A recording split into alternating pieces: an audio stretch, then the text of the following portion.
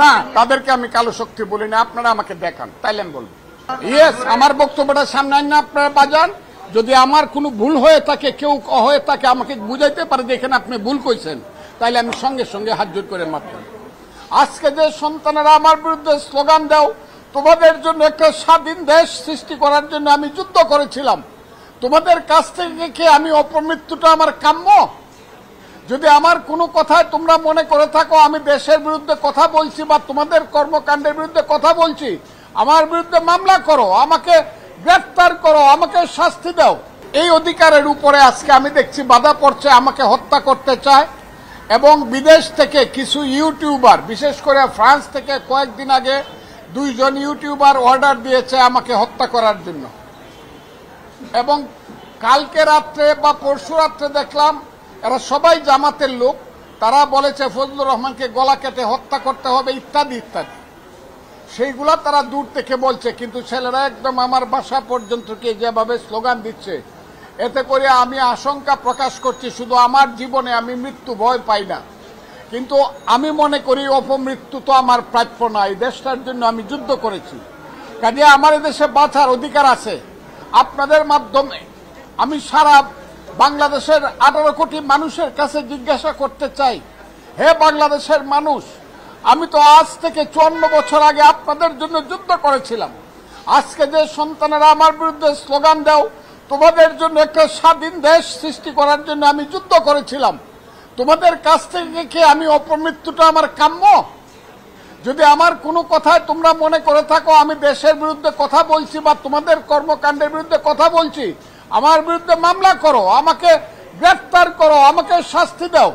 কিন্তু আমাকে হত্যা করার জন্য আমার বাসা পর্যন্ত মব সৃষ্টি করে গিয়া, যেটা গত 1 বছর যাবৎ বাংলাদেশের সবচেয়ে, এই পৃথিবীতে এবং বাংলাদেশের সবচেয়ে একটা কুখ্যাত নাম মব, সেই মব জাস্টিস আমার উপরে কি চলতে পারে কিনা এবং চলবে কিনা আমি প্রথমে বাংলাদেশের মানুষের কাছে জিজ্ঞাসা করতে চাই। শিয়া বাটার ও ভিটামিন ই সমৃদ্ধ লিলি বিউটি সোপ, তারুণ্যময় উজ্জ্বল ত্বকের জন্য। রিমার্ক, হে বাংলাদেশের মানুষ, আপনারা যদি মনে করেন একজন মুক্তিযোদ্ধা হিসাবে নির্বিঘ্নে আমার বেঁচে থাকার অধিকার আছে, তাইলে আপনারা আমার জন্য দোয়া করবেন এবং আপনারা আমার জন্য আমার পক্ষে প্রতিবাদ করবেন যে ফজলুর রহমানকে নির্বিঘ্নে বাঁচতে দাও। 1, 2 নম্বর হলো দলের ব্যাপারে আমার সঙ্গে দল যে শোকজ নোটিশ করেছে, সেই শোকজ নোটিশটা খুব স্বাভাবিক। একটা দল যদি মনে করে তার কোনো রাজনৈতিক কর্মী ব্যতিক্রম কোনো কথা বা কাজ করছে, দল শোকজ করতেই পারে এবং সেই প্রশ্নের উত্তর আমি দেব। সেটার সঙ্গে তো এই মবের কোনো সম্পর্ক না। কাজে আমি আপনাদেরকে বলতেছি, সবকিছু মিলিয়ে আপনাদের মাধ্যমে আমি দেশের মানুষ, আমি আইন শৃঙ্খলা রক্ষাকারী বাহিনী, নিরাপত্তা বাহিনী, সবার কাছে আমি আহ্বান করতেছি, আপনারা আমার ফান্ডামেন্টাল রাইট, মৌলিক অধিকার এবং আমার সন্তানদের বেঁচে থাকার অধিকার, আমার স্ত্রীর বেঁচে থাকার অধিকার আপনারা দয়া করে নিশ্চিত করুন। এবং আইন শৃঙ্খলা রক্ষাকারী বাহিনী আজকে যে ভূমিকা নিয়েছে, আমি সেই ব্যাপারে সন্তুষ্ট। আবারও বলছি, আমি সেই ব্যাপারে সন্তুষ্ট। আমার বাসা থেকে ফোন করার সঙ্গে সঙ্গে 10 মিনিটের মধ্যে তারা এসে অন্তত আমাকে রক্ষা করার চেষ্টা করেছে, এখনো করছে। আর এখন 5 ঘন্টা যাবত এখন এই মব আমার সামনে, সেইটা সংখ্যায় যতই হোক, বিশ্রী স্লোগান দিয়ে মব বসে রয়েছে। আমি এই কথা বাসার সামনে বসে রয়েছে, আপনারা এই কথাটাও জেনে রাখুন। আপনাদের মাধ্যমে আমি এই কথাটাই আজকে বলতে আসছি, আমার জীবনের নিরাপত্তা পাওয়ার অধিকার সাংবিধানিকভাবে আমার আছে। আর আমি সবচেয়ে বিশ্বাস করি আমার সৃষ্টিকর্তা আমাকে রক্ষা করবে, কিন্তু সাংবিধানিকভাবে, ফির দুনিয়াগতভাবে এই দেশের আইন শৃঙ্খলা রক্ষাকারী বাহিনীর দায়িত্ব আছে আমাকে জীবন রক্ষার নিরাপত্তা দেওয়া। এই কথাটা বলার জন্য আমি আপনাদের সামনে এসেছি। আপনি কি বক্তব্য তো কেউ বলে না,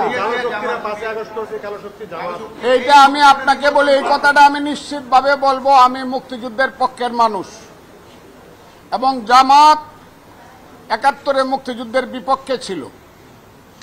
5ই আগস্ট ঘটার পরে আমি খুব সুস্পষ্টভাবে বলেছি, জামাত যদি সঠিক পথে চলে, 54 বছর আগের কথা বাদ দিয়ে যদি তারা বাংলাদেশের মানুষের কাছে যদি বলে যে আমাদের পূর্বপুরুষরা যা করে গেছে সেগুলো আমরা সব ভুলে গেছি, আমরা নতুনভাবে আমরা রাজনীতি করব, এমন তারা যদি শরিয়া রাজনীতি করে তাতেও আমার সেলিউট, কিন্তু ভোট পেয়ে তাদেরকে ক্ষমতা দখল করতে হবে, এই কথাটা আমি বারবার। কিন্তু যেদিন আমি দেখলাম জামাত বলেছে যে যারা অস্ত্র হাতে যুদ্ধ করেছিলাম মুক্তিযোদ্ধা, একেবারে পত্রিকায় লেখা তাদের শিবির বলেছে এবং তারা সমর্থন করেছে, তারা মাপ চাও।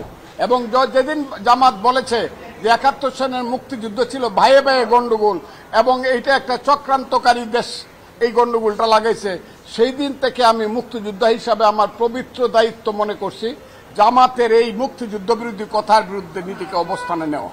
এবং সেই অবস্থানে থেকে আমি কথা বলছি, সেই অবস্থানে থেকে কথা বলে জামাত যদি আমার কথার উত্তর দিতে পারে, আমি তাদেরকে বারবার চ্যালেঞ্জ করছি, আসেন। আমি তো আমিরকেও চ্যালেঞ্জ করছি, আসেন আপনারা বসি, আপনারা কোন মুক্তিযুদ্ধের ব্যাপারে কি বলতে চান। আমি এই ব্যাপারে কোনো কম্প্রোমাইজ করব না, মুক্তিযুদ্ধের ব্যাপারে আমি কোনো কম্প্রোমাইজ করব না। আমি যেভাবে বুঝি সেইভাবে কথা বলবো। যদি কোনো অন্যায় কথা বলি তারা আমার নামে মামলা করবে, আমি জেলখানায় যাব, কথাটা খুব ক্লিয়ার। কিন্তু মুক্তিযুদ্ধের ব্যাপারে আমি কোনো কম্প্রোমাইজ বা আমি কোনো আপোষ করব না। তাদেরকে আমি কালো শক্তি বলি না, আপনারা আমাকে দেখান, তাইলে আমি বলবো। যদি কেউ প্রমাণ দিতে পারেন তারা কালো শক্তি, তাইলে আমি, যদি তারা আমার সামনে আসে আমি বলবো yes I do agree with you এবং I pray to you, please pardon me, আমাকে মাফ করুন। জামাতকে কালো শক্তি বলে এটাকে 5 আগস্টে দিয়ে হয়েছে জামাত।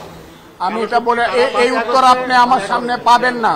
তাহলে কি আপনি বলছেন যে আপনার যে বক্তব্যটা সামাজিক যোগাযোগ মাধ্যমে ভাইরাল হয়েছে সেটা ভুল? কোনো ভাইরাল হয় নাই, এটা ইউটিউবে অনেক কিছু করা যায়, কথাটা বুঝেন।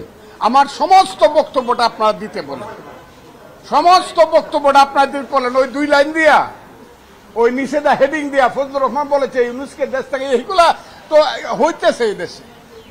এই বক্তব্যটা আমার টোটাল বক্তব্য কোথায় কখন দিয়েছি বলেন। যদি আমি অন্যায় করে থাকি, দেশের বিরুদ্ধে বা দলের বিরুদ্ধে বক্তৃতা করে থাকি, আপনারা আমাকে, এটা আমি দলকে উত্তর দেব, এখন দিব না। ইয়েস, আমার বক্তব্যটা সামনে আইন না আপনারা বাজান। যদি আমার কোনো ভুল হয়ে থাকে, কেউ হয়ে থাকে, আমাকে বুঝাইতে পারে যে এখানে আপনি ভুল কইছেন, তাইলে আমি সঙ্গে সঙ্গে হাত জোর করে মাফ করি, এটা আমার ধন্যবাদ। আমার নিরাপত্তার জন্য কিন্তু পুরা বক্তব্যটা বাজাইতে হবে, আমি কি কইছি পুরা, ওই একটা ইউটিউবের একটা লাইন বাজায় হবে না। আমি আপনাদের সবাইকে ধন্যবাদ জানাচ্ছি, আপনারা এতক্ষণ আমাকে অনেক সময় দিয়েছেন, সেই কারণে আপনাদের কাছে আমি কৃতজ্ঞ বন্ধুরা।